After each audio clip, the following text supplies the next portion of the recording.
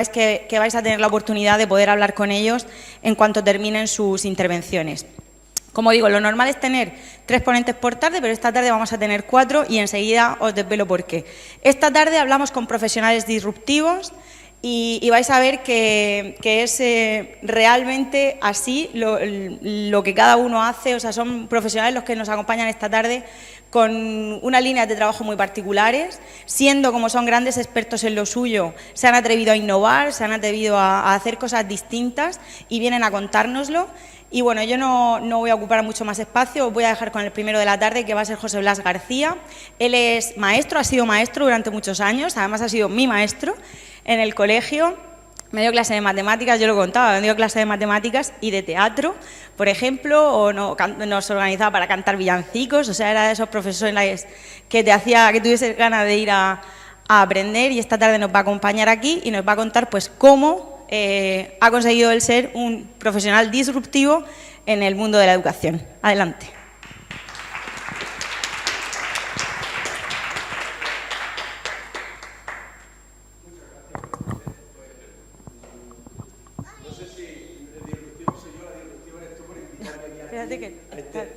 Ahí, voy a poner, venga.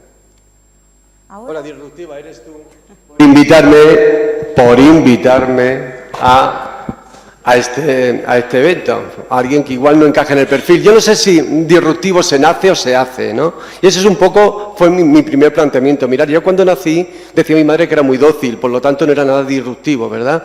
Pero me encontré con la primera disrupción de mi vida. Con 12 añicos, mis padres dijeron, este chico tiene que aprender, es muy listico, y le aconsejaron que me fuera al pueblo más cercano, más grande, donde había un colegio que supuestamente iba a aprender más, ¿no? Más que en el de mi pueblo.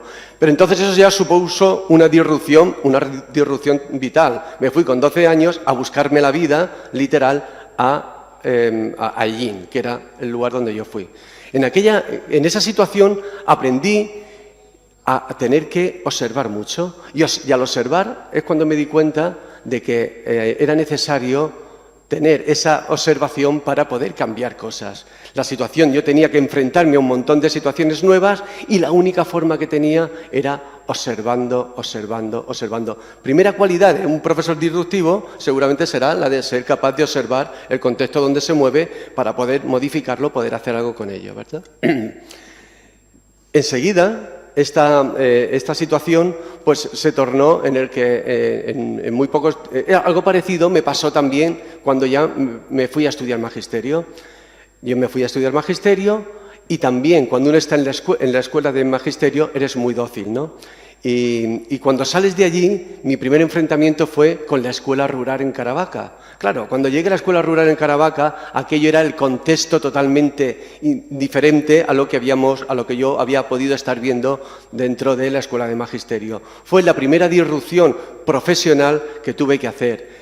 Desde la observación aprendí que la única forma que tenía de poder modificar el contexto donde estaba era ser crítico, profesor crítico. Y claro, me puse a leer y enseguida me encontré con la pedagogía de Paulo Freire y dije, sí, esto es lo que yo quiero hacer, ¿no? Ser crítico supone ser capaz de observar todo lo que te rodea, profesionalmente en mi caso, y ser capaz de actuar para poder modificarlo, ¿no?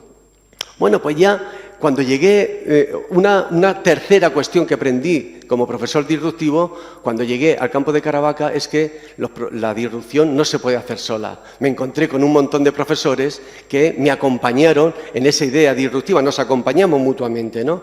Entonces, de tener que hacer una enseñanza, vamos a llamarle así, clásica, porque en las escuelas rurales, que como sabéis están agrupados niños desde preescolar hasta octavo, pues tuvimos que reinventar algo para poder de verdad hacer frente a aquello con la calidad que nosotros queríamos, ¿no? Total, que empezamos a trabajar en una idea que luego hemos aprendido y ahora está muy de moda, de aprendizaje basado en proyectos. Teníamos que hacer proyectos únicos que recorrían todo el currículum desde preescolar, desde infantil hasta octavo, para que de una manera completa de una manera global pudieran trabajar sobre los mismos contenidos. Claro, porque si no teníamos que ser el maestro ficha que íbamos repartiendo ficha a cada uno de los 10 o 12 alumnos que habían, lo cual era absolutamente inviable. No es que fuera inviable, se hacía, pero desde ese concepto de la enseñanza clásica de que cada uno tiene que hacer lo que le corresponde por edad, pues nos dimos cuenta que no hacíamos una enseñanza de calidad, que era lo que deseábamos. Total, que esa idea también de profesor disruptivo desde la metodología empezó a acompañarme desde los primeros momentos que empecé a trabajar. En el paso desde la escuela de Caravaca hasta hasta mi siguiente destino disruptivo total, pues estuve en Pozo Estrecho, como decía María José. En Pozo Estrecho, cuando llegué, obviamente también era una enseñanza clásica, aunque yo quizás no me podía sentir en algún momento tan acompañado como me sentía en el campo de Caravaca, seguramente porque el contexto tampoco era tan especialmente diferente como para poder hacer esa disrupción de una manera impetuosa. Y comencé, pero yo ya llevaba la mosca en la oreja, el gusanillo por ahí, el pepito grillo diciéndome hay que hacer cosas diferentes. Y por ejemplo, matemáticas, no sé si lo recordará María José, lo hacíamos, como ella ha comentado, con muchas otras cosas, que eso ya de ser hiperactivo más que disruptivo, pero matemáticas, más que hacer una enseñanza organizada desde un currículum establecido de 1, 2, 3 y en adelante, pues nosotros lo que hacíamos, yo lo que planteaba era un taller de matemáticas, donde la idea era construir al final del proyecto un libro, al final del proyecto que duraba un año o una temporada, ¿no? Construir un libro con las matemáticas, decíamos entonces, las matemáticas que hay a mi alrededor. En esta enseñanza de matemáticas ellos fotografiaban, dibujaban, escribían, explicaban, comentaban, además de aprender matemáticas. Esa forma de entender la educación fue la que, bueno, podemos llamarle innovadora, disruptiva, hace 25 años de todo esto que os estoy contando. Una vez que dejé Pozo Estrecho, me enfrenté seguramente a la mayor de las disrupciones, haciendo un tránsito también por otro tipo de centros, ¿no? Que fue cuando llegué al hospital. Fui maestro de hospital. Maestro de hospital concretamente en el servicio de oncología infantil. Con lo cual, claro, cuando yo llego allí cargado con mi mochila de, todavía joven, materiales, incluso tecnología, muy tecnológico, estábamos en los albores de la tecnología y yo ya iba con mucha tecnología en la mano, en mi mochila, pues me di cuenta que aquel contexto, volví otra vez a la referencia del contexto, igual que me pasó en Caravaca, el contexto estaba, un contexto que además estaba fuera de todo contexto posible, no podía seguir haciendo lo mismo que había estado haciendo hasta ahora, ni siquiera con las disrupciones o las innovaciones o los cambios que podía haber hecho en otros lugares. De tal manera que cogí mi mochila, la vacié encima de una mesa grande, ¿verdad, Melli? Una mesa grande que tenemos allí de trabajo, y tuve que volver a recolocar. Y tuve que volver a recolocar porque, desde luego, lo importante ya no era enseñar las tablas de multiplicar. Cuando yo me enfrentaba al alumno y conocía o me ponía delante del alumno, porque entraba a su habitación habitualmente o incluso a la sala donde se podían reunir 2 o 3, y lo primero que me encontraban eran unos ojos grandes, casi llorosos, que lo que me preguntaban es ¿por qué a mí? ¿Por qué esto me ha pasado a mí? Dame tú la respuesta, José Blas. Me di cuenta de que esta alumna no necesitaba de mí que le enseñara matemáticas ni le enseñara gramática. Lo que estaba necesitando era otras cuestiones, ¿no? Y esas cuestiones tenían que ver más con lo emocional. Y me di cuenta que lo emocional lo teníamos que poner delante, incluso de enseñar las tablas de multiplicar o de enseñar gramática. Y en 2 minutos os quiero decir que allí fue una de las principales disrupciones. Fijaros, dar a elegir al alumno cuando yo llegaba qué es lo que quería hacer, eso me sirvió para darme cuenta que la elección es una motivación y dar a elegir a los alumnos es una gran disrupción. En la escuela jamás se da a elegir, siempre se da todo establecido, ¿no? Bueno, pues allí tuvimos que romper con la metodología tradicional y empezamos a trabajar con lo que llamamos microproyectos, proyectos que empezaban y acababan en un día, proyectos que tenían que ver, pues por ejemplo, con hago un museo en mi hospital. Un museo en mi hospital porque ellos pedían dibujar y nosotros transformábamos eso de colorear, que nos parecía que era como estar entreteniendo al niño, en una experiencia absolutamente poderosa, ¿no? Que era generar una forma de generar por ejemplo, un museo en el que no solamente tenían que dibujar, reproducir cuadros sobre los que tenían que aprender, sino que además tenían que pensar cómo iban a hacer una exposición posterior, cómo esta exposición se iban a convertir guías, qué día se iba a abrir para que los sanitarios, las familias o cualquier otra persona pudiera ir y ellos pudieran explicárselo. De nuevo volvíamos a darle una vuelta a la metodología desde esta idea de microproyectos que empezaban y acababan en un día, algo que en la escuela no pasa, pero aquí sí, porque acababa los alumnos por la noche o al día siguiente posiblemente no estaban. De tal manera que al final la disrupción lo que se transforma es en varias cosas básicas, ¿no? desde el punto de vista de un maestro. Y la primera disrupción es que no nos creamos que todo lo que nosotros queremos enseñar, o todo lo que nosotros enseñamos lo aprenden los chicos, incluso ni siquiera lo necesitan. La segunda idea básica que tenemos que darnos cuenta es que la enseñanza no puede ser horizontal, de arriba a abajo. Romper con esa idea también tradicional de la educación es disruptivo. Pensar en la enseñanza tiene que ser mucho más horizontal, mucho más biunívoca entre alumnado y profesorado. Y la última, por no irme de tiempo, de las ideas es que al alumno hay que empoderarlo, hay que darle capacidad de decisión, hay que darle capacidad de que decidan, comenten, piensen, programen contigo para ver qué es lo que quieren aprender y cómo tú se lo puedes enseñar. Bueno, pues brevemente, luego las redes sociales, todo lo que tiene que ver con la tecnología empodera, engrandece también estas posibilidades de disrupción. Eso ha sido en 10 minutos mi pequeña trayectoria disruptiva. No sé si ha sido suficiente. Gracias, María José. Gracias. Es verdad que se nos quedan muy cortos estos 10 minutos, pero así siempre es bueno, ¿no? Querer saber más. A continuación vamos a escuchar a Raquel Sastre. A ella igual la conocéis seguramente porque la habéis visto, es bueno, pues la ponente más mediática de la tarde quizá, y la hemos visto en distintos formatos. Ella es conocida por ser humorista, aunque ya en los últimos años la conocemos también por su faceta en la divulgación de la ciencia, en la comunicación, sobre todo en el área de medicina, relacionada con la enfermedad que tiene su hija, que imagino que nos contará ahora. Así que por eso está aquí con nosotros esta tarde. Adelante.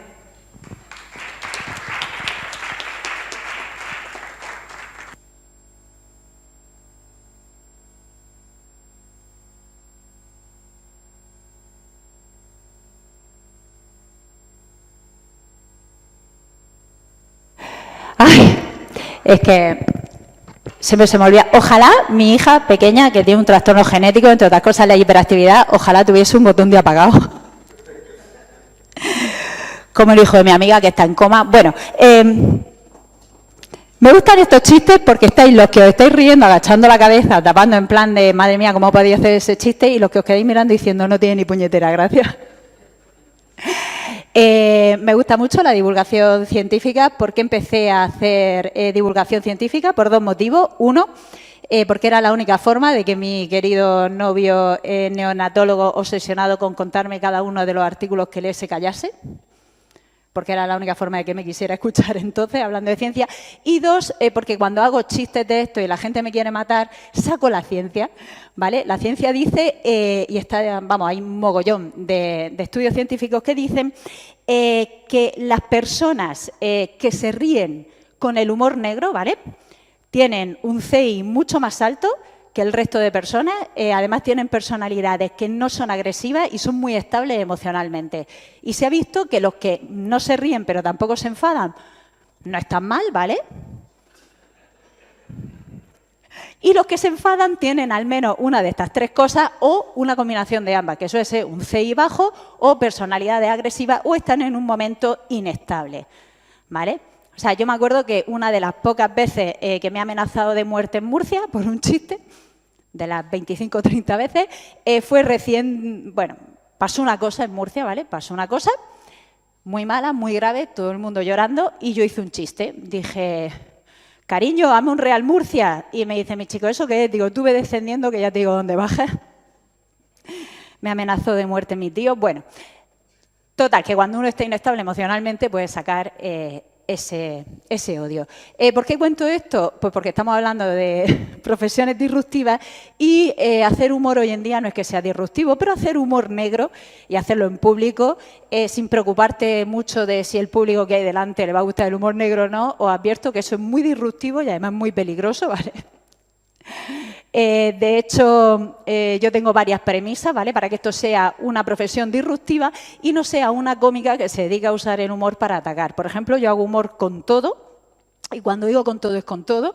Creo que cuando uno de pronto deja de hacer humor, por ejemplo, con una persona porque sea bajita, por ejemplo, porque tenga una condroplasia, lo que está haciendo en realidad es diciendo que esa persona no es lo suficientemente persona como el resto que están ahí. Quiero decir, y es igual de persona, tienen todas sus extremidades, lo que pasa es que es mucho más pequeñita. Bueno, total, que ¿por qué digo esto? Pues por muchos motivos. Mi hija tiene un síndrome genético y soy la primera que hace chistes con eso. De hecho, yo siempre digo lo mismo. Creo que me gusta el humor negro también y hago chistes de humor negro porque en el fondo lo que soy es muy llorona. Yo estabas contando ahora mismo, Blas, que fuiste profesor en oncología, que yo lo sé por Melli y tal, y te prometo que a cada cosa que tú decías, para yo no llorar, me salía un chiste, ¿no? Por ejemplo, cuando decías lo de que no podías trabajar en proyectos como los anteriores de todo un año, yo he pensado, claro, lógico. Lo mismo dentro de un mes ya no están, porque son muy buenos en la risaca, los curan y les dan el alta, ¿vale? No pensemos mal. O cuando decías que ellos lo que no querían era aprender, sino que te miraban diciendo, ¿por qué a mí? También lo pensé, he dicho, lógico, o sea, no tienes suficiente con tener una leucemia, encima te tienen que enseñar matemáticas, ¿sabes? O sea, quiero decir, cuánto mal seguido. Entonces a mí me pasa eso, ¿vale? Y eso es lo que he llevado a mi profesión. Cada vez que veo un tema, por ejemplo, que me preocupa, un tema que me da mucho miedo, un tema que me enfada, yo suelo hacer humor con eso y también con cualquier otro tema. Y suelo hacer humor con todos los partidos, suelo hacer humor con todas las personas, suelo hacer humor con las enfermedades, cuando hay a lo mejor un terremoto, por ejemplo, cuando el terremoto de Lorca, toda mi familia es de Lorca, y después del susto, lo siguiente que empecé a hacer fueron chistes con el terremoto. Tuve un accidente de coche y cuando ya vi que estábamos todos medianamente bien, lo siguiente que hice fue hacer chistes. Mi abuela tuvo un ictus y lo primero que hice al entrar fue hacerle un chiste. También se lo hice a la neuróloga y cambiamos de neurólogo. No quiso volver a entrar. Pero son cosas que pasan. Un familiar muy cercano, mi familiar muy cercana ahora mismo, está, por ejemplo, con un cáncer y entonces pues estamos con chistes todo el día. Por ejemplo, cuando dijo que ella se había cortado el pelo porque va a empezar con la quimio y tal, y que, bueno, que ha pensado que cuando se le caiga pasa de peluca, se va a poner un pañuelo. Yo le dije que, hombre, con lo morena que era de piel, estamos en Murcia, mejor no te pongas un pañuelo, no vaya a ser que se piensen que eres marroquí o algo. Y con las cosas que hay ahora. Y, por ejemplo, ayer le hicieron una prueba para ver si tenía metástasis en los huesos. Yo le he llamado para decirle que tranquila, que sus huesos no van a cambiar de signo zodiacal, van a seguir siendo Géminis, ¿vale? No pasan a cáncer. Quiero decir, ¿por qué hacemos estas cosas? Porque la disrupción muchas veces es coger esas cosas que son terribles y convertirlas en algo que sea un momento como emotivo, ¿no? Un momento simpático, un momento divertido, un momento que nos despoja un poco del terror que es en realidad vivir. Yo cada vez que voy a pesarme hago un chiste antes para tomarme bien luego lo que salga. Y esta fue la razón por la que empecé a hacer humor negro. Pues me gustaba mucho la comedia y quería especializarme en humor negro. Y eso fue lo que hizo al final que me salía una serie de oportunidades laborales que de otra forma no me habrían salido. ¿Por qué? Pues porque chistes haciendo sobre las fiestas del pueblo y sobre tener un coche de color amarillo habían 300.000. Pero chistes haciendo un monólogo como fue mi primer monólogo, diciendo que tengo 2 hijos, los odio y que odio a todos los niños. Es broma, ¿vale? Solo a los míos. Y que quiero que todos mueran, pues eso había muy poca gente, ¿no? Y menos mujeres. Una vez lo pasé muy mal porque había un crío de 7 o 8 años, advertí a los padres antes, le dije, mira, yo hago chistes muy bestias, llevároslo de aquí, y me dijeron, no, si el crío sabe de todo. Y cuando llegó esta parte, el crío levantó la mano y no la bajaba y tuve que parar el monólogo y dije, ¿qué pasa? Y me dijo así, el pobre crío medio llorando, dice, ¿es verdad que odias a los niños? Y me dio una pena. Porque además es que yo en ese momento tenía un crío de 8 años y otra de 3, y le dije, claro que no, cariño, digo, es que esto es broma, digo, es todo mentira, digo, claro que me gustan los niños, mi novio tiene tu edad. Bueno. Me gustaría poder decir que he inventado, pero fue tal cual. Así que esto es lo que ha hecho que a mí me puedan salir una serie de oportunidades laborales que probablemente de otra forma no me habrían salido. Eso y ser una cómica cuando habían pocas mujeres que tenía una talla 40 y era mona con ojos azules. No os voy a engañar, ¿vale? Probablemente si hubiese pesado 90 kilos no me habrían salido tantas oportunidades. Pero bueno, dicho esto, ¿por qué pasé a la divulgación científica? Por lo que os comentaba. Empecé a salir con Joserra, hablaba mucho de medicina y entonces me encontraba con un problema, y es que los médicos a veces se quejan de que las familias no se enteran de lo que nos dicen. Y entonces empecé a explicarme cosas y yo le decía, a ver, no es que no nos enteremos, es que tú te piensas que estás hablando con otro colega. Digo, es que hay veces que la gente necesita entender la ciencia de forma muy masticada. Y puede ser una persona muy, muy inteligente, pero si resulta que te están explicando un tema de física y tú, yo qué sé, nunca usas la física ni las matemáticas porque has estudiado ingeniería, pues te va a costar entenderlo. Ay, a veces digo, ¿por qué dices estas cosas que te pueden pegar? Pero es que yo no sé callarme. Así que empecé a divulgar ciencia, sobre todo para hacerla más accesible por dos motivos. Uno, y esto me voy a echar flores, porque se me da muy bien traducir la ciencia a un lenguaje llano y sencillo que se entienda, y dos, porque con el humor hace que gente que normalmente no se acercaría a una charla científica sí quiera hacerlo. Hay mucha gente que se enfada cuando dice que los divulgadores parecemos payasos en el escenario y que la ciencia es algo muy serio. No pasa nada, para eso ellos tienen sus congresos, ¿vale? Tienen sus papers. No hace falta que salgan a la vida real, pero si algo hemos aprendido los divulgadores es que viene de vulgo, de pueblo. Entonces, tenemos que hacer que la ciencia sea accesible para la ciudadanía. Y no todo el mundo le apetece escuchar algo de ciencia, ¿no? Pero si de pronto se lo muestras de forma divertida y sencilla, consigues cosas. Y siempre digo lo mismo, hay gente que se queja del mamarrachismo científico, pero no sé si sabéis, si os digo el jamón de York no existe, sabéis todo de lo que hablamos, la mayoría, ¿no? Fue Boticaria y Gema, en Naucas, hicieron una canción diciendo que el jamón de York no existe para explicarle a la gente que el jamón de York no es verdad, es un nombre inventado. Y que en realidad pues todo lo que lleva suele ser mierda de color rosa, que la corta y está rica de sabor, pero realmente es poco sano. ¿Qué consiguieron con esa canción? No solo consiguieron que la gente entendiese cómo tienes que comprar el jamón de York, ¿vale? Para que sea sano, sino que cambiaron todo el etiquetado de un país. Ojo, cuidado, ¿eh? O sea, imaginad lo que se consigue cuando traducimos la ciencia de forma sencilla y amena para que todo el mundo se entere. ¿Sirve mucho? No, porque luego llega la pandemia y te encuentras mogollón de gente diciendo que el virus es inventado. Ayer lo oí en el Congreso. Y que las vacunas crean autismo, cuando todo el mundo sabe, ya que bueno, pues que eso no es verdad y se ha demostrado una y otra vez. Entonces, ¿por qué estamos nosotros aquí los divulgadores? Pues cada uno con lo que tenga, con humor, con esa forma llana o con canciones, intentar que la ciudadanía pues comprenda la ciencia de forma sencilla y todos tengamos la mayor evidencia científica. Y creo que ya está. Vale. Muchas gracias. Gracias. Gracias, Raquel. Y para que veáis que tenemos sentido del humor y que además entre ellos también se pueden llevar bien, los científicos con Raquel me refiero, ahora vamos a tener en el escenario a Marcos Egea. Él es el director del Instituto de Biotecnología Vegetal de la Universidad Politécnica de Cartagena, es genetista, científico, y nos acompaña porque él también tiene una forma de trabajar, pues no solamente la que se espera a lo mejor de un científico o lo que todos imaginamos, y además, que no sé si nos va a hablar de eso, pero lo digo yo, pues es experto en artes marciales y bueno, ya digo, un perfil muy particular y que seguro que os va a encantar. Adelante. Muchas gracias. Bueno, el tema de la disrupción que le ha tocado el primer ponente, si naces o te haces, yo creo que hay un componente muy importante educacional. Yo quiero contar una experiencia personal de algo que ha pasado en mi casa y luego cómo me llevó por el trayecto de mi vida. Y es que en casa mis padres decidieron hacer una cosa muy extraña, y es que yo soy del 63, voy a cumplir 60 años en septiembre, ahí queda eso, y decidieron allá por el año 2000, sería 66, 67, comprar la revista Time. Y en mi casa llegaba todas las semanas el Time, y no sabíamos por qué. Y un día dijeron, no, es para que lo leáis algo que no ha pasado por Franco, un punto de vista diferente. Claro, esa forma de pensar que te creas en una casa cuando llegas del colegio y dices, oye, que hay que comprar la enciclopedia a mi padre. No se compra la enciclopedia que te dice lo que tienes que pensar. Uy, esto te lleva a una situación que es la que quiero explicar, que es la vida y la forma de pensar de la ciencia y qué es lo importante en el mundo de la ciencia y algunas experiencias que yo he tenido. La ciencia se caracteriza por algo que se diferencia mucho de la tecnología.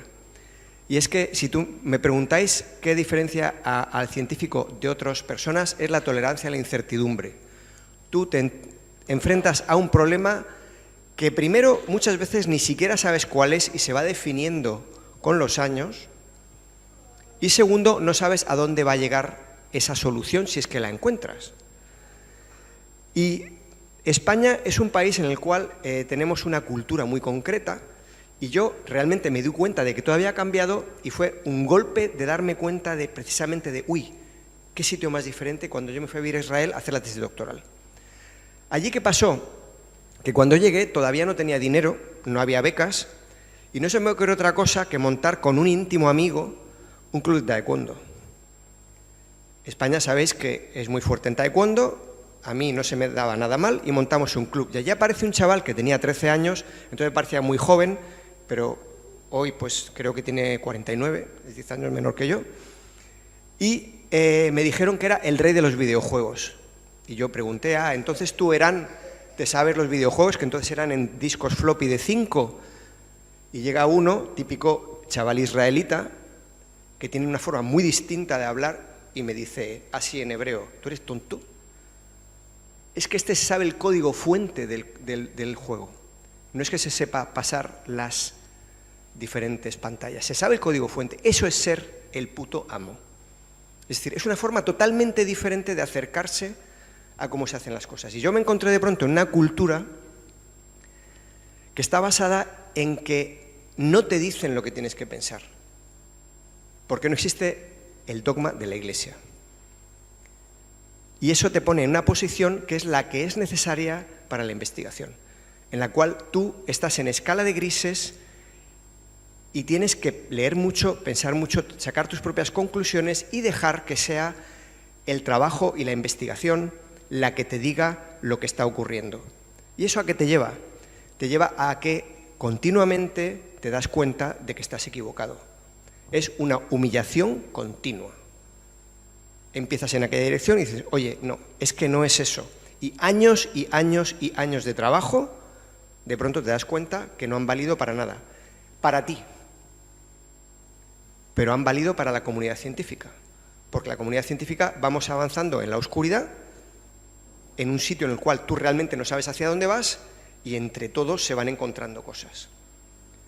Otra característica que tenemos nosotros, los científicos, es, y lo podemos decir en este foro, y esto lo podría decir Raquel perfectamente, es que, claro, hace unos años se habría dicho, ¿y qué hace el zagalese trabajando en virus que atacan a los murciélagos? ¡Vaya pérdida de tiempo! ¿Y qué hacen esos zagales cogiendo muestras del Mar Menor desde el año 85? ¿Para qué serán importantes las bacterias del Mar Menor? Entonces, otro aspecto que hay en el mundo de la ciencia es precisamente que tú estás trabajando en un tema determinado y no necesariamente puede que tenga conexión aparente con la vida real, pero de ahí aparecen también respuestas a la vida que te llevan al desarrollo tecnológico, que es lo que la sociedad acaba recibiendo de nosotros. ¿Cómo es la psicología de la investigación? Y ese es un aspecto muy importante que he aprendido en las artes marciales, algo que aprendí yo de esta persona que montó el club de taekwondo, que hizo la tesis doctoral, que luego fue entrenador de la selección israelí de taekwondo de combate 10 años de la selección olímpica, se dejó el ser entrenador para montar una startup de biotecnología y se hicieron millonarios. ¿Cómo? Pues porque la hormona del crecimiento humana tiene una vida de 8 horas y hay que inyectársela a los pacientes cada 8 horas. Y ellos cogieron un trocito pequeño de la hormona que tienen las mujeres cuando están embarazadas, que sorpresa, sorpresa, dura 9 meses, cogieron ese trocito, se lo pegaron a la hormona del crecimiento y de pronto tienes que a los niños, en vez de ponerle la inyección todos los días, ¡mamá, no quiero! Sí, una vez al mes, una vez cada 2 meses. Qué idea más buena, ¿no? Y entonces ella decía, Es que lo que he aprendido yo del taekwondo es que cuando hay alguien en un tercer asalto y le tienes que decir, mira, pégate al otro, súbete encima, agárralo que pierda fondo y ahora le vas a meter por la izquierda y acaba ganando cuando están desesperados. Esa desesperación que tienen los estudiantes en el laboratorio, de que los experimentos no salen, de que no saben a dónde van, es la misma que encuentras en artes marciales cuando te estás pegando con alguien, cuya táctica es que no te deja respirar, porque cuando no respiras y pierdes fondo, pierdes velocidad y acabas perdiendo por KO. Entonces, esa misma forma de tratar a las personas, de buscar dónde les duele, para conseguir que ellos entiendan que tienen que hacerse fuertes, y buscar también lo mejor de ellos mismos. Yo nunca voy a ser un gran levantador de pesas, aunque me encanta, porque soy muy malo. Yo sé lo que soy bueno, y hay que buscar lo bueno de cada estudiante, porque ese es el golpe que les va a permitir ganar en su trabajo. Ya va a acabar estando contentos con lo que hacen allá donde lleguen.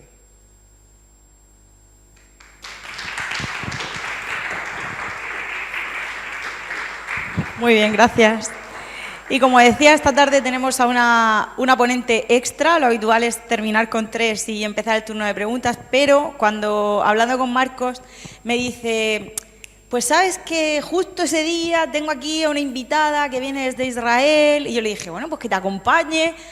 No, total, que hablando dijimos, bueno, pues ya que viene, ¿por qué no habla ella también? Porque además, lo vais a ver, no es casualidad, también es una profesional disruptiva, se llama Inbar, viene desde Israel, habla español y bueno, si necesita ayuda con algo la vamos a ayudar, pero yo creo que no, y nos va a contar un poco pues en qué trabaja ella y qué giro ha dado de cómo ha pasado de ser científica a trabajar en el mundo de la empresa, en el mundo de la creación de empresas. Adelante. Gracias y un placer estar acá, y hablamos un montón de Israel hoy, así que no sé cuántas veces dijimos Israel y no sé cuánta gente estuvo en Israel acá. ¿Alguien estuvo en Israel? Bueno, ¿sí? Qué bien, están invitados y díganme cuando vienen, y es un lugar hermoso, aunque acá es mucho más lindo y hace calor y me encanta. Hoy día está lloviendo todo el tiempo ahí. Bueno, yo me llamo Inbar Maimon Pomeranchik, un nombre muy largo, así que no nací así. Justo hoy conté, tengo un doctorado y justo cuando tenía que recibir el doctorado me casé. Mi nombre es Inbar Maimon, pero me casé con alguien que se llama Andrés Pomeranchik.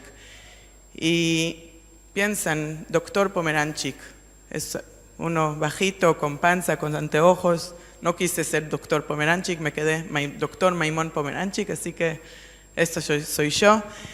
La vida en Israel es, todo el tiempo estamos así, corriendo de un lugar al otro. ¿Qué hacemos hoy? ¿Qué hacemos mañana? ¿Qué hicimos ayer? Hacemos muchos niños, tengo 4, todo el tiempo hacemos cosas.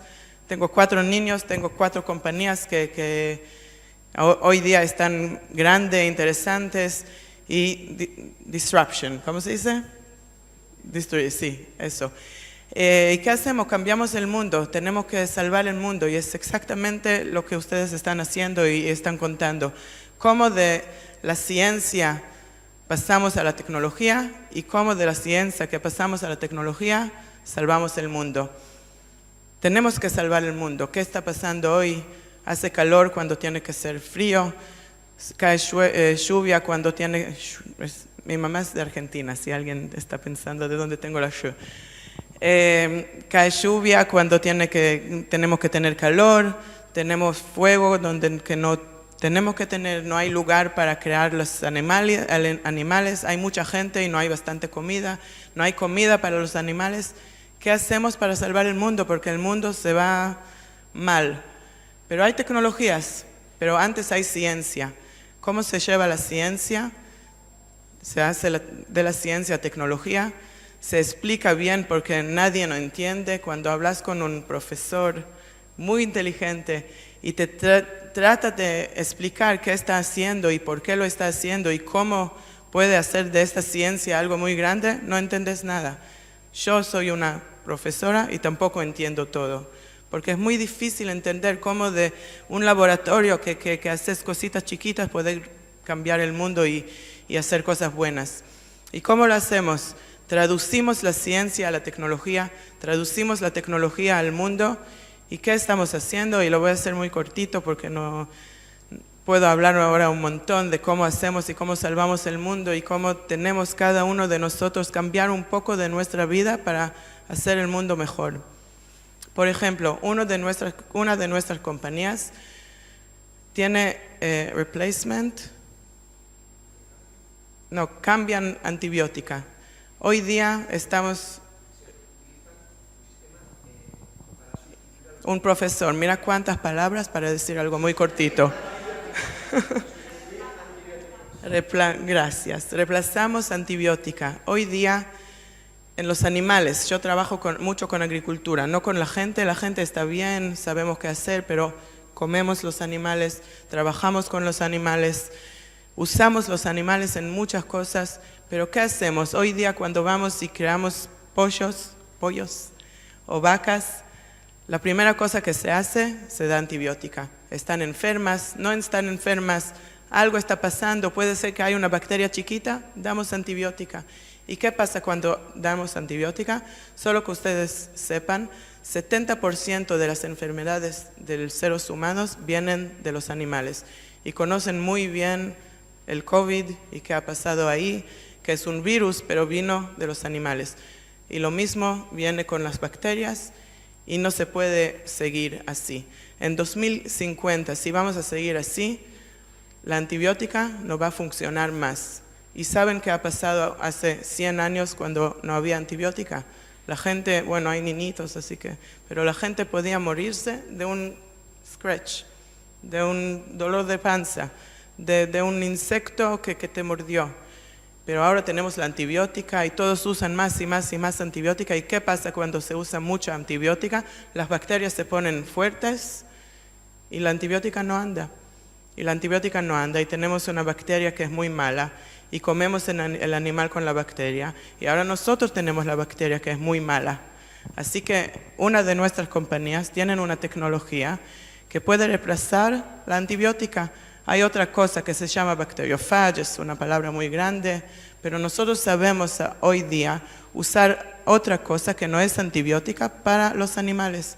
Y así podemos reemplazar la antibiótica y cambiar el mundo y salvar el mundo de poquito. Así que si cada uno de nosotros va a hacer algo chiquito para cambiar el mundo, vamos a salvar el mundo.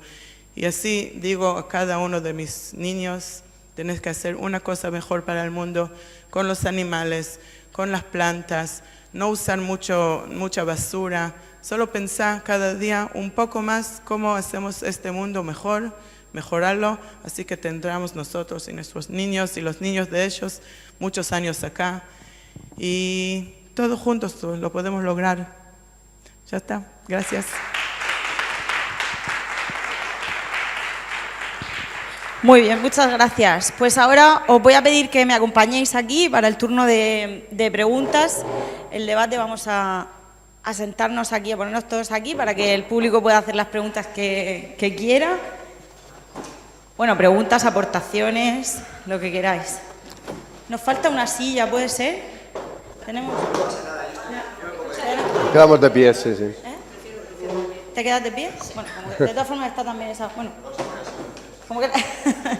Bien. Bueno, muchísimas gracias a todos. La verdad que ha sido una sesión súper interesante. Y nada, pues adelante. Que a mí me ha encantado el par, que dice que ellos cambiaban el mundo. Y yo he dicho, qué potentes somos los maestros. Nosotros cambiamos a los niños que van a cambiar el mundo, ¿no? Entonces, es como una buena línea esto, empezar y terminar así. Sí.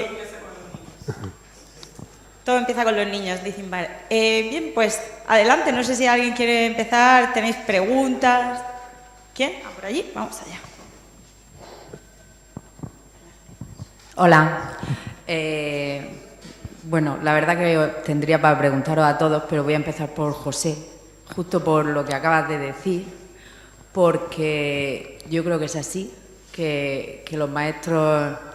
los buenos maestros son capaces de sacar el potencial de los niños si observan y ven qué potencial tiene cada niño. Entonces, yo un poco te quería preguntar, ¿cómo crees tú que se puede no sé, como difundir esa idea un poco. Yo trabajo en la escuela, no soy maestra, pero lo veo y al final veo que también los profesores, los maestros y los profesores van muy a piñón forzados con los temarios, con los contenidos, luego además quizá con el tiempo, también depende del contexto y de la zona, pero yo como me muevo más cerca de aquí de la capital, los padres son muy exigentes también con los profesores para que sus hijos aprendan los contenidos y yo creo personalmente que con lo que tú has expresado, quizá, sobre todo en las etapas más tempranas, luego ya conforme van siendo más mayores, quizá ya no tanto,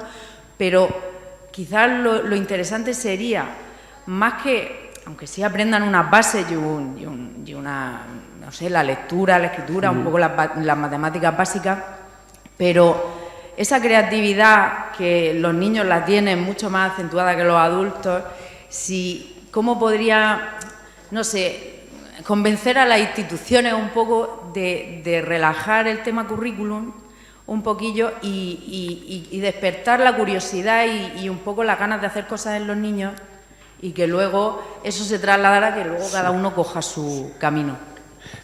Sí, mira, el currículum al final el currículum es algo que lo tenemos ahí y que precisamente los docentes quien tenemos que cambiar la cultura somos los propios docentes y la propia sociedad.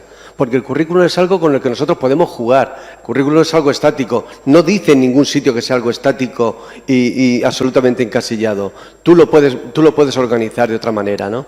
Lo que sucede es que venimos de una cultura donde la creatividad brilla por su ausencia, con lo cual todos tenemos déficit de creatividad y déficit de ser capaces de coger algo y hacer otra cosa con ese algo. Y con el currículum se pueden hacer otras muchas cosas. Para mí la más importante es, sobre todo en las edades de escolarización obligatoria, es poner a los alumnos en predisposición de esa idea que tenemos los docentes, que se dice mucho, que es el enseñar a aprender. Es decir, darle herramientas, no tanto de contenidos, que los contenidos se pueden adquirir en cualquier momento de la vida, sino darles herramientas que le potencien, que les empoderen para ser capaces de seguir aprendiendo en cualquier circunstancia y en cualquier contexto que se encuentren. Entonces yo creo que por ahí es por donde tenemos que trabajar y darle opciones a los alumnos, ¿no? Cuando le das opciones, despiertas la creatividad. Cuando le das opciones, le das poder. Cuando le das opciones, haces que esa capacidad de aprender a aprender se tenga que desarrollar, se tenga que entrenar, porque es lo esencial para seguir funcionando. Muy bien. ¿Alguien más tiene alguna pregunta? ¿Alguna aportación?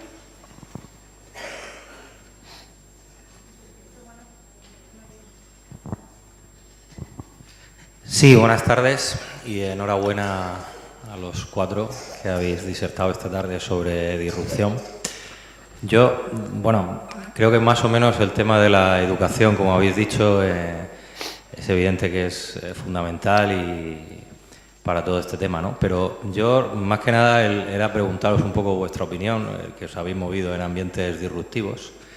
Si sois optimistas en cuanto a la posibilidad de cambiar culturas corporativas en empresas o en organizaciones de muchos años, con gente que ya no son niños, para provocar esa cultura disruptiva. Yo no sé si vosotros que habéis estado en otros países o podéis encontrar en fin, no sé, me gustaría conocer vuestra reflexión respecto a eso. Gracias.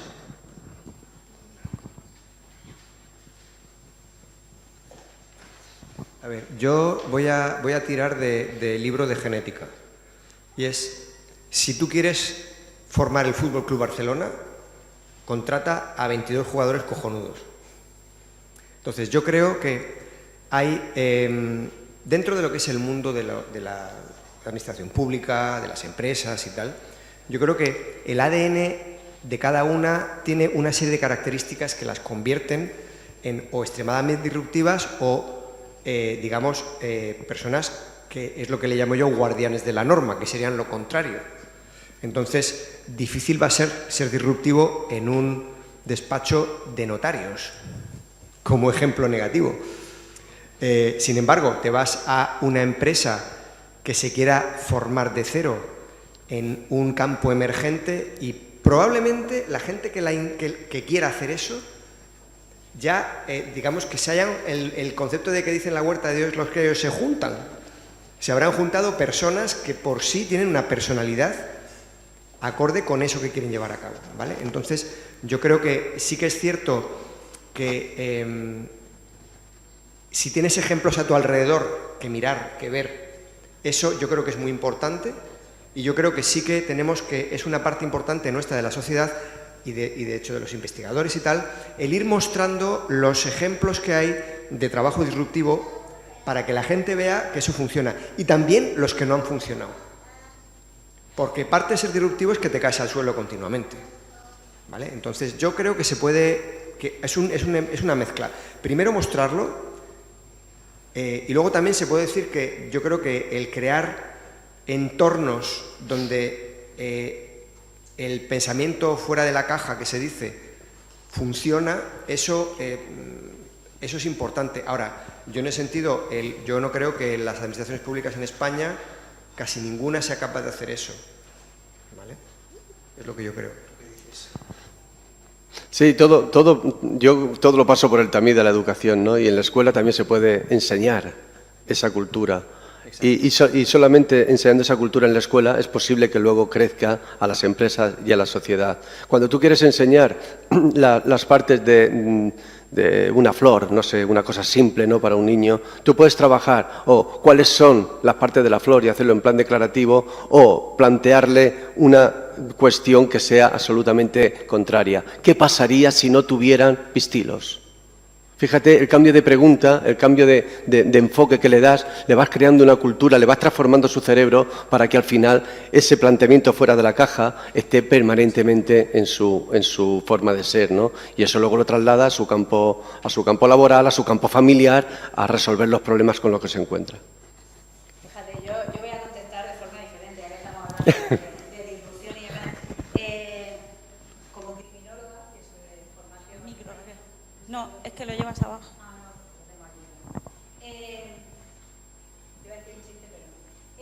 Como criminóloga que soy de formación, os diría que sí que hay una forma de cambiar conductas que están muy arraigadas. Sí, no, está encendido. Ahora sí, vale. Me lío con los botones. No te preocupes. Es que mi hija tiene problemas con la hipotonía y los botones, y yo me estoy adaptando a ella en vez de ella a mí. Bueno, que iba a decir que como criminóloga de formación que soy, y hablando de disrupción como estamos hablando, sí que se han visto cambios profundos y rápidos cuando ha ocurrido un hecho disruptivo en una sociedad. Yo voy a poner un ejemplo clarísimo que todos vayan a entender, excepto vosotros que sois jóvenes y no lo vivisteis, que fue el crimen de las niñas de Alcácer. Hasta el día que desaparecieron las niñas de Alcácer y la gente se enteró que habían hecho autostop, todo Dios en España hacía autostop. Tuvieras 13 años, 29, fuese sola, fuese solo, fuese acompañado, fuese al pueblo de al lado o fuese a 400 kilómetros, la gente hacía autostop.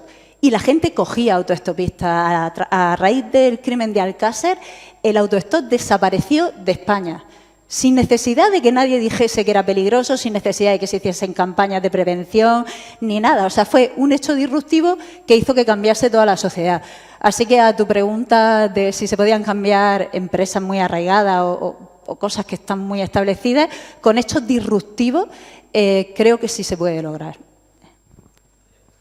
Lo hemos visto también con el COVID, ¿no? Y el teletrabajo, por ejemplo, cosas así. Bueno, adelante, por aquí.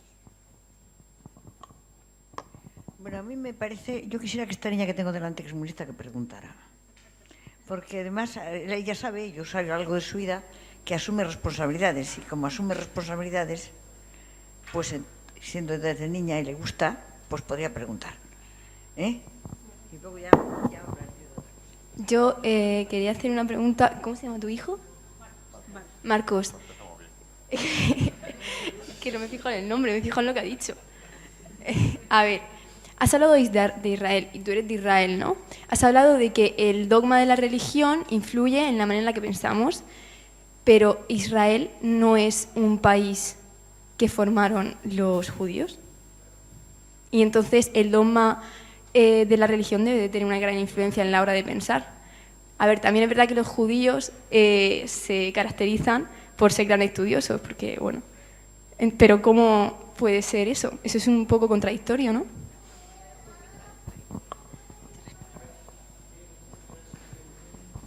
Yo tengo una teoría que es de Marcos Egea, ¿vale? Y es que la Iglesia Católica es una iglesia que se crea y va creciendo a partir del año 400 y en realidad son los herederos, que esto no es de mí, es de un tal Indro Montanelli, un famoso escritor italiano, que dice que la Iglesia Católica en realidad hereda el Imperio Romano en estructura, etcétera, ¿vale? Bien, entonces la Iglesia Católica a partir de un momento viene con su interpretación del texto. Entonces cuando tú vas a misa, el cura te dice la interpretación del texto. Pero tú vas a una yeshiva y a ti lo que haces es leerlo, pero a ti el rabino no te dice lo que tienes que pensar. Eres tú el que lo lees. ¿Estamos? Ahora yo. Somos judíos, pero no somos religiosos. Somos israelí. Así que la mente de los israelíes, tenemos el ejército, ¿sabes? Todos a la edad de 18, chica, chico, no tienen nada que ver. Alto, gordo, flaco, no sé qué, vas al ejército. Así que tenés 18 años y no vas a la universidad, no vas a nada, empezás y corres y tenés la arma y estás en estrés. Así que cuando salís y empezás la universidad y después ya estás pensando qué voy a hacer más, te tiras al agua. Y no te importa, porque ¿qué va a pasar? ¿Vas a fallar? Nada. ¿Vas a disrupt algo o no? Pero algo va a pasar. Si no es hoy, va a ser mañana. Si no es mañana, va a ser pasado. Si no es con este socio, va a ser con el otro. Así que tratamos todo el tiempo, y sale bien. Gracias. Ahora sí. Vamos a ver. Yo creo que hay algunas cosas a añadir y que me parece importante. Yo creo que una de las cosas que tiene la sociedad actual es mucho miedo. Y para ser disruptivo no hay que tener miedo. Porque la sociedad, pero además ya hay que tener un mínimo ambiente de libertad en la que tú puedes decir, yo rompo con esto, ya introduzco otra cosa, porque me atrevo, soy valiente, pero aparte de todo es que no tengo una sociedad absolutamente encorsetada que me impide hacerlo. Por tanto, yo creo, y está en la idea del maestro, es enseñar a pensar, que el alumno aprenda a pensar, se atreva a pensar. Y yo creo que estamos en una sociedad crecientemente maltratadora de la inteligencia y de la libertad. Porque yo veo, por ejemplo, yo soy profesora de historia, yo di clases en institutos, luego pasé a la universidad y otras historias de mi vida, pero que los niños tengan que aprenderse de memoria la historia, o que tengan que saberse de memoria la calle donde vivía Miguel Hernández en literatura, que qué puñeta importa saber dónde vivía el nombre de la calle, Miguel, o cómo se llamaba su mujer. Eso es un crimen hacia las mentes. Pero luego, aparte de eso, es que vivimos en una sociedad permanentemente que tiene la inercia de repetir lo que se había hecho antes. Y entonces yo observo en la vida que si tú no te das la gente espera cosas y la gente se comporta igual, porque todos tienen que salir al mismo tiempo, todos tienen que tener libre. Le dices a alguien que tiene que trabajar el domingo y se muere, porque tiene que ser como todo el mundo, libre sábado y domingo. O sea, somos una sociedad ritualizada y donde lo que importa es la información, no el conocimiento. Y eso va unido a una sociedad con una gran tradición agraria que no la ha tenido nunca Israel, porque nunca ha dejado a los judíos en Occidente que tuvieran propiedades. Tuvieron la suerte de que nos dejaran tener propiedades agrarias ni nada, y ellos tuvieron que vivir de la inteligencia. Y yo creo que a la gente en España, en concreto, estamos en una sociedad muy estática, donde lo que valora más lo que tienes que lo que eres, y la dedicación es desarrollar a la persona a lo que es en la libertad. Y yo, por ejemplo, ahora lo digo, yo tengo 83 años, yo sigo trabajando. ¿Qué cantidad de gente me critica que trabaje? Cuando el trabajo lo que a mí me hace ser más creativo, tengo riesgos, hay noches que no duermo bien porque tengo un problema y no lo tengo que resolver, pero resolviendo problemas aprendes, haces amigos y creces. Y eso no está en la sociedad española. Ni la disrupción, porque es la monotonía, la repetición, y todo el mundo tiene que hacer lo mismo y comer lo mismo. Y ese tema de la creatividad, es que no es creatividad, es libertad para pensar y atreverte a pensar, que es más profundo que la creatividad. Es lo que yo creo. Hay una gran... Hay una disrupción... A Cristina, para quien no la conozca, es la que compraba el Times en casa de Marcos. ya ha sido eurodiputada, entre otras muchas cosas. Bueno, no, decía que hablando de disrupciones, hay una disrupción tecnológica ahora que nos tiene, sobre todo a todos los docentes, así como muy asustados, ¿no? El chat GTP de la inteligencia artificial, que le preguntas o le dices determinadas cosas y es capaz de escribirte un texto o crearte cualquier cosa, ¿no? Y estamos así como asustados. ¿Por qué? Porque seguimos entendiendo que todo es información, no conocimiento.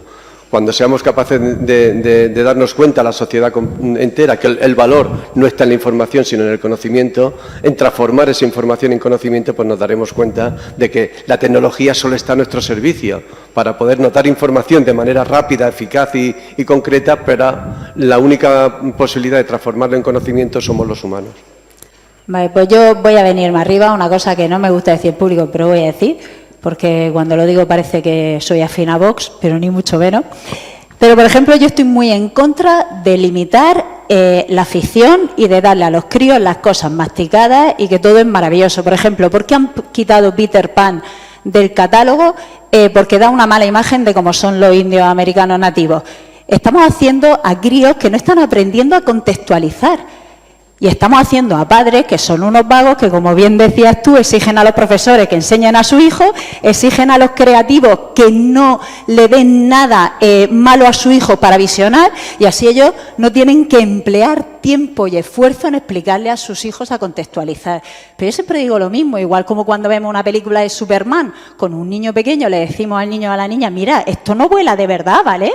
O sea, no te vayas tú a poner a volar porque esto es mentira, va cogido con cables, está hecho con efectos especiales, y tardamos un tiempo en explicarle al niño o a la niña que Superman es un actor y que no está volando de verdad para que no se nos tire por la ventana intentando volar. Tenemos que hacer lo mismo para contextualizar con el tema étnico, con el tema de los diferentes derechos, con la infinidad de géneros que hay ahora, sexuales, etcétera. Entonces, me ha gustado mucho lo que ha dicho Cris, porque estoy muy de acuerdo en que cada vez estamos más encorsetados y el problema es ese, que no estamos enseñando a los niños a contextualizar, y contextualizar es muy importante. Tú no puedes tener en una Operación Triunfo a una chica de 19 o 20 años diciendo que no canta una canción porque dice que era algo así como que me siento muy maricón. O sea, estamos hablando de Mecano en La Movida, que fueron de los primeros que abogaron por los derechos de los homosexuales. La Movida fue la época que más visibilidad tuvo después de Franco en derechos para la gente trans, para la gente homosexual,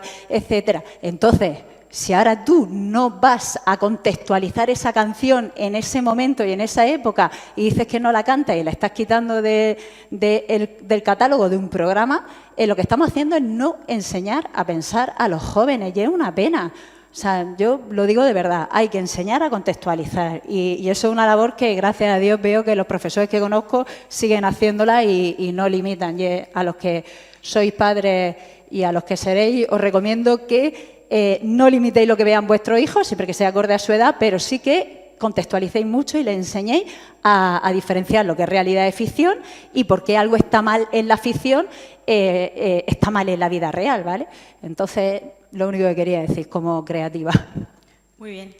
Por aquí me... Solamente quería decir que haciendo lo que ha dicho antes José Blas del profesorado que tiene en su mano la educación y la formación de un futuro empresario, profesional, de lo que sea, el profesor tiene que ser disruptivo en eso que tú acabas de decir. Tiene que saltarse la norma y las leyes. Si las leyes están para saltárselas, cuando no aportan nada. A ti te dicen esto es malo, pues no. Yo esto, que es lo bueno. ¿Qué pasa? Porque lo diga un ministerio de no sé qué. Te lo saltas y tú das lo que tienes que dar y explicas como lo tienes que explicar y lo dices como lo tienes que decir. Porque en tu clase tú eres la que organiza. Y tú eres la que quiere formar ese alumnado con cabeza, no con ahora esto, mañana lo otro, y al otro lo otro, y pasado mañana quito y al otro pongo. No, señor. Así es que ahí está el profesor disruptivo. Y como existen profesores disruptivos, pues este mundo seguirá para adelante, por supuesto, a pesar de, he dicho. Gracias, Melli.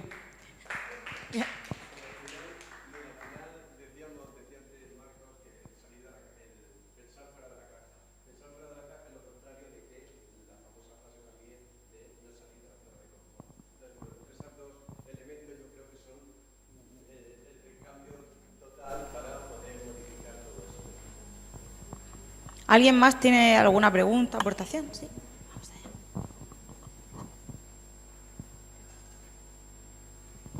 A ver, yo tengo una pequeña preguntilla. Partiendo de la base de que el rebaño es idiota, pero el individuo es inteligente, ¿vale? Y de que ser disruptivo es algo que efectivamente es bueno para la sociedad, mi pregunta es en general para los cuatro, y es ¿qué forma hay de explicar o de que la sociedad entienda, así de manera genérica, de la diferencia de alguien que es disruptivo y la diferencia de alguien que es un cantamañanas que está diciendo que no hay que vacunarse porque las vacunas llevan chips?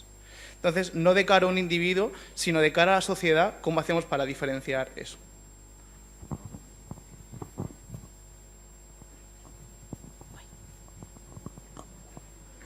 A ver, yo aquí tengo una opinión formada, porque hay una parte que Maríajo no sabe, pero yo soy el que lleva la cuenta en Twitter de la Sociedad Española de Genética, porque soy miembro de la Junta Directiva de la Sociedad Española de Genética, y cuando empezó COVID dijimos, bueno, vamos a ver cómo gestionamos todo el tsunami que se nos viene, porque si hay algo que nosotros estamos haciendo, que quiero entrar un poquito, reconducir la pregunta que tú has hecho, es que nosotros intentamos hacer una lucha muy fuerte en contra de la pseudociencia, ¿vale? Bien, entonces, intentar influir en la sociedad en su conjunto o al 100%, yo creo que siempre es imposible, porque tiene que haber de por sí una distribución de pensamientos y de ideas con extremos de los que piensan de una manera y que va a ser imposible cambiarlo, porque hay un aspecto importante a recordar. Y vuelvo a lo que él ha dicho. El alma y las creencias no son competencia del pensamiento racional. Y ahí es muy difícil a veces incidir tanto desde la ciencia como desde el intento del cambio de la sociedad, ¿vale? Yo pienso que, y vuelvo a insistir, y aquí saco mi parte docente, que al final la sociedad muy bien que tiene un alto grado de conocimiento, en teoría, no va a ser más dócil, pero va a tomar mejores decisiones. Y ahora te voy a demostrar que estoy equivocado. ¿Cuáles son los 3 países de Europa donde la gente menos se han vacunado? El primero, Suiza, el segundo, Alemania y el tercero, Austria. ¿Por qué? Porque no querían. Porque habían pensado que ellos consideraban que tal, que no era un chip, pero que pensaban que no querían. ¿Estamos? Entonces, no es sencillo para nada en culturas donde, oye, tú llegas a Alemania y hay unas cosas interesantes, que tú llegas a una iglesia alemana y el misal tiene las canciones con la música y todo el mundo sabe leer solfeo. A ver, ¿quién se acuerda aquí del solfeo del colegio? Que levante la mano. ¿Cómo? Ya, ¿me entiendes? O sea, gente que es capaz de leer solfeo y cantar, o sea que esa cosa tan básica que era saber leer música, que lo hemos estudiado todos y no se acuerda nadie, exacto, tienen ese nivel cultural, no se vacunan. ¿Por qué? Porque ahí está la parte de sentimientos, ¿vale? Entonces yo creo que es complejo. Yo al final pienso lo mismo que él, y es un poco lo que he explicado hoy un poco de la cultura israelita, que es lo que ha dicho ya también, que es que al final es la educación la que va cambiando la sociedad. Vuelvo a otra cosa que no ha salido aquí, pero lo ha tocado ella. No tiene nada que ver lo que yo estudiaba con lo que me imagino que por tu edad habrás estudiado. Mis hijos, por ejemplo, el tema del medio ambiente lo llevan instalado en el sistema operativo. Todos. Absolutamente. ¿Estamos? Entonces, eso es un cambio debido a la educación. Y yo creo que es un tema educacional a largo plazo. Pero yo no pienso que jamás se va a conseguir que una sociedad al completo piense de una forma. De hecho, sería malo. Y afinando un poco más en lo que ha dicho Marcos, que está perfecto, te voy a dar un par de directrices para diferenciar a alguien que es disruptivo de un cantamañana, que por desgracia me preguntan muchas familias con temas de terapia si funciona o no funciona. En general, y sobre todo aplicado a la ciencia, ¿vale? Una persona disruptiva puede ser una persona que esté mostrando algo que contradice lo que sabíamos hasta ahora de la ciencia, pero lo está mostrando de forma pública, abierta, sin obtener beneficio económico ni rédito personal, y además lo está mostrando con un estudio que pone a disposición del resto, de los compañeros, de los pares, para que puedan comprobarlo y hacer sus propios experimentos para ver si da lo mismo que ellos. Y esto, si te quieres leer por gusto, que es muy bonito, la persona que descubrió que la tabla periódica, ¿vale? No se conocían todos los elementos que conocemos ahora, solo unos pocos, y dijo que estaba ordenada. Y entonces en su época todos se reían diciendo que se estaba loco o qué, que cómo iba a haber una serie lógica, iba a estar ordenado, y él decía sí, y entre este elemento y este elemento faltan dos, y algún día se descubrirán, y me parece que se murió y sin que sus compañeros le dieran el rédito que se merecía, porque se descubrió más tarde que efectivamente la tabla periódica tiene sus números atómicos y demás, van ordenados, van por filas, columnas, etcétera y tal, y ese señor tenía razón y no estaba loco ni era un idiota como pensaban todos sus compañeros. Formas de reconocer a un cantamañana. Los cantamañanas normalmente van a sacarte dinero. Cogen evidencia científica muy pobre, y creo que esto es una asignatura pendiente en los colegios y en general en la sociedad. Hay que saber qué es evidencia científica de calidad y qué es una mierda. Es decir, el autismo, por ejemplo, ¿vale?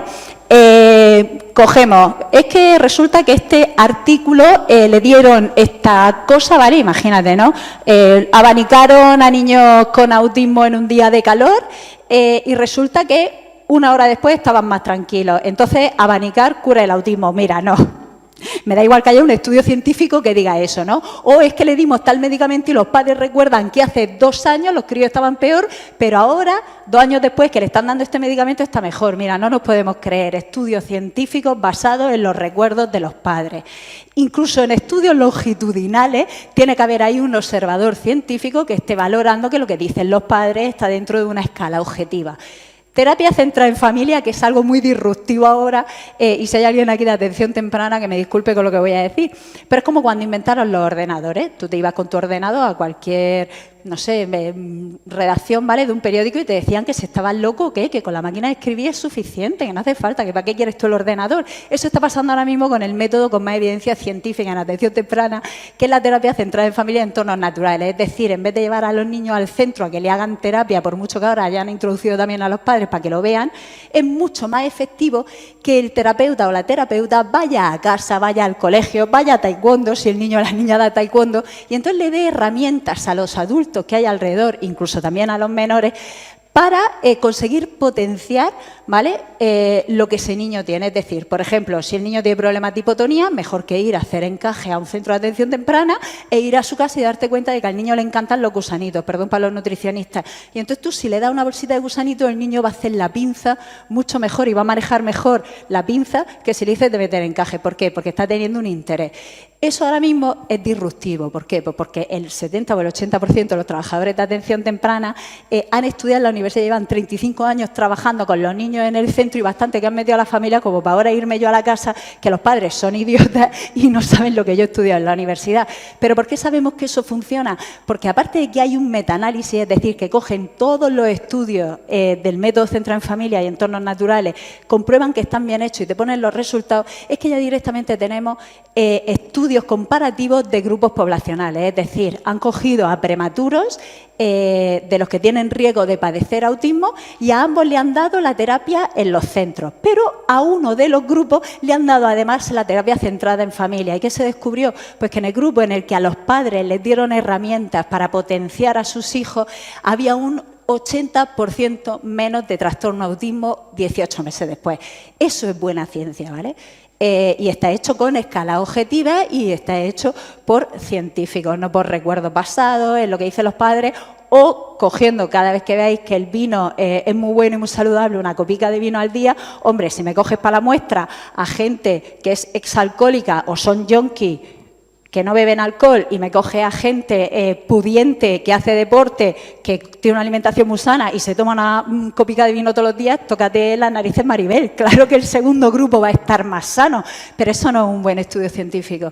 Entonces, quédate siempre, canta mañana, los que vayan a sacarte dinero, te den artículos científicos muy pobres y en realidad luego no haya ningún beneficio detrás de lo que dicen, más allá de su cuenta corriente.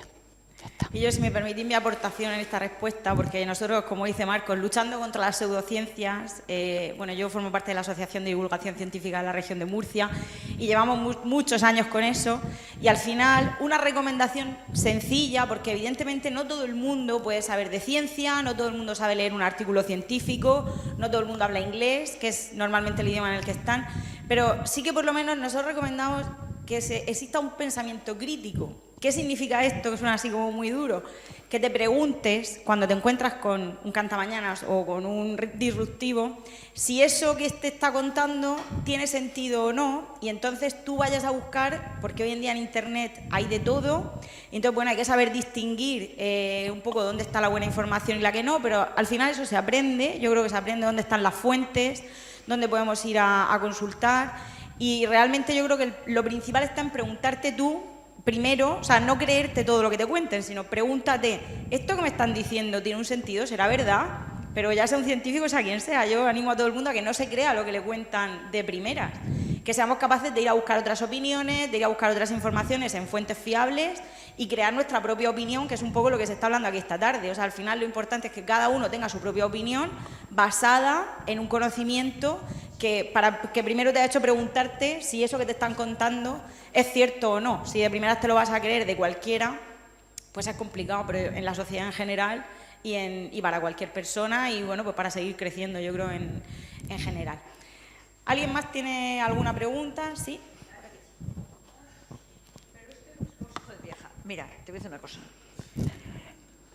Una de las cosas que hay que aprender en la vida es que hay mucho tonto, mucho. Y que mucha gente dice tonterías y que hay mucho mediocre. Entonces yo te haría un consejo. Primero, la inteligencia se pega.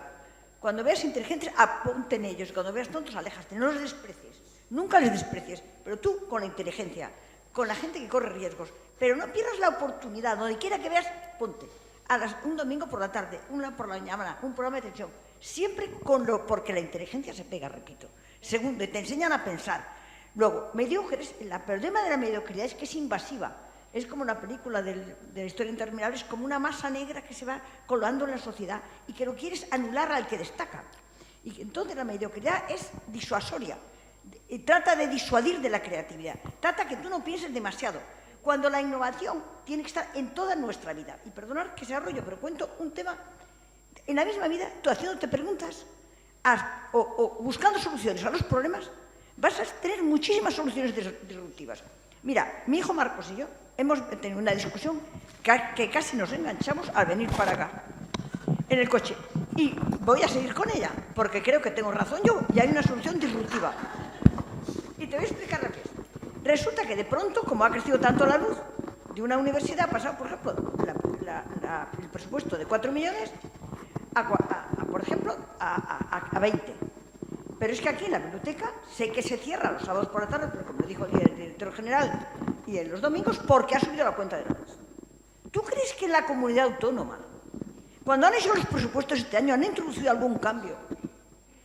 Porque se encuentran con que van a tener que quitar de todos los presupuestos para pagar la luz. No, eso ya es disrupción. El hecho de que digan, vamos a hacer los presupuestos distintos porque tenemos un problema, que es el precio de la luz, no se ocurre. Se ocurrirá dentro de 3 años o cuando ya no puedan encender la luz. Pues hay que tener pensamiento crítico, es decir, si tenemos un problema nuevo, que es la electricidad y el costo, vamos a ver en qué temas de la vida se nos está planteando el cambiar algo. O colocar placas en todos los edificios públicos, porque tienes el problema. Entonces, apasionarse por resolver problemas es una manera de desarrollar la inteligencia y el pensamiento disruptivo. Y los tontos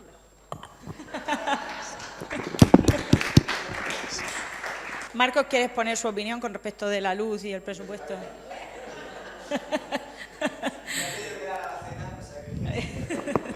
Mire, de alguna manera, también ya por aportar a esta última discusión, a esta última conversación por lo menos, hay personas que el que entienda conceptos, discuta ideas y teorías y respete valores, ahí es donde te tienes que acercar. Todos los que lo hagan lo contrario, es decir, los hechos no los conozcan, no discutan nunca un concepto o una teoría y no respeten los valores, esos están en el otro lado. Y yo quiero puntualizar, perdón, y lleva razón lo de acércate a la inteligencia, pero vamos a llevar cuidado con la inteligencia, porque a veces la inteligencia juega en nuestra contra. Ahora mismo la mayor población de antivacunas está en Barcelona y son todos un perfil de gente licenciada universitaria, con altos estudios, muy buen nivel socioeconómico y que son muy listos para lo suyo, pero no para todo. O sea que muchas veces hay gente que en cambio, no teniendo tanta inteligencia, se puede conseguir más de ellos.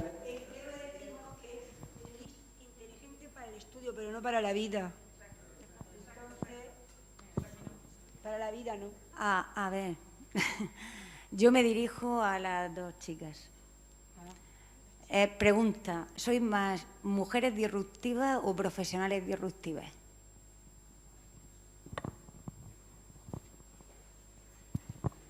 Las dos cosas. Así que justo me preguntas eso y es muy difícil, no sé cómo es acá, pero es muy difícil ser mujer y mujer inteligente. El mundo es de hombres, así es. Yo estoy quejando todo el tiempo. Mis socios son hombres grandes, muy inteligentes y cada vez, ahora ya no porque ya me conocen más, pero cada vez que entraba con ellos a una reunión o no sé qué, hola, mucho gusto, vení, te muestro dónde se hace el café. Cada vez. Y yo soy la compañía, pero la gente no lo entiende. Así que es muy difícil, pero soy las dos cosas. Pero soy mujer y no me equivoco. Soy mujer, soy mamá y soy destructiva. Así que... Y cuatro hijos y 4 empresas. Los hijos son primeros.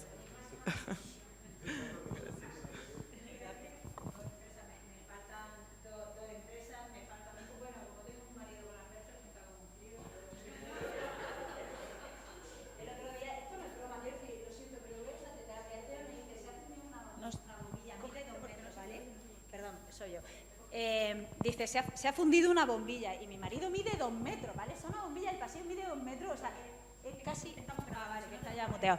Vale, o sea, él casi ya choca el techo, ¿vale? O sea, podría cambiarla perfectamente, o sea, gira para un lado y luego para el otro. Es una cosa loquísima, ¿no? Intubas bebés de 500 gramos, pero no sabes cambiar una bombilla. Bueno, pues al tercer día ya cogí la escalera, la bombilla, empezó a cambiarla y entonces vino y me dijo, no, a ver, yo la hubiera cambiado si supiera dónde están las bombillas. Y me lo quedo mirando y le digo, pues están en el mismo sitio desde hace 10 años. O sea, quiero decir, es muy difícil ser trabajadora, ser madre, tener críos. Y personalmente en mi oficio, porque tú eras médico, ¿no? Vale, doctora de ciencias. No, lo digo porque ahora mismo en medicina cada vez hay más mujeres, ¿no? Pero cuando yo empecé casi no había mujeres en comedia. Ahora mismo hay una explosión, pero cuando yo empecé había muy pocas.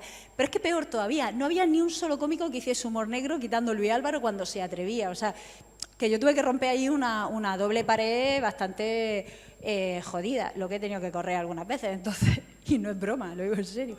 Entonces, yo en mi caso sí que te puedo decir que fue más el humor negro más que el hecho de ser mujer, lo que para mí fue una disrupción. Bueno, pues lo vamos a dejar aquí porque la biblioteca cierra a las 9 y no seré yo la que pague la luz hoy. Así que muchísimas gracias a todos por habernos acompañado esta tarde. Gracias a vosotros. El mes que viene, en abril, tenemos sesión de 10 minutos en la biblioteca regional con 3 escritores, ¿vale? Que pues sabéis que el mes de abril es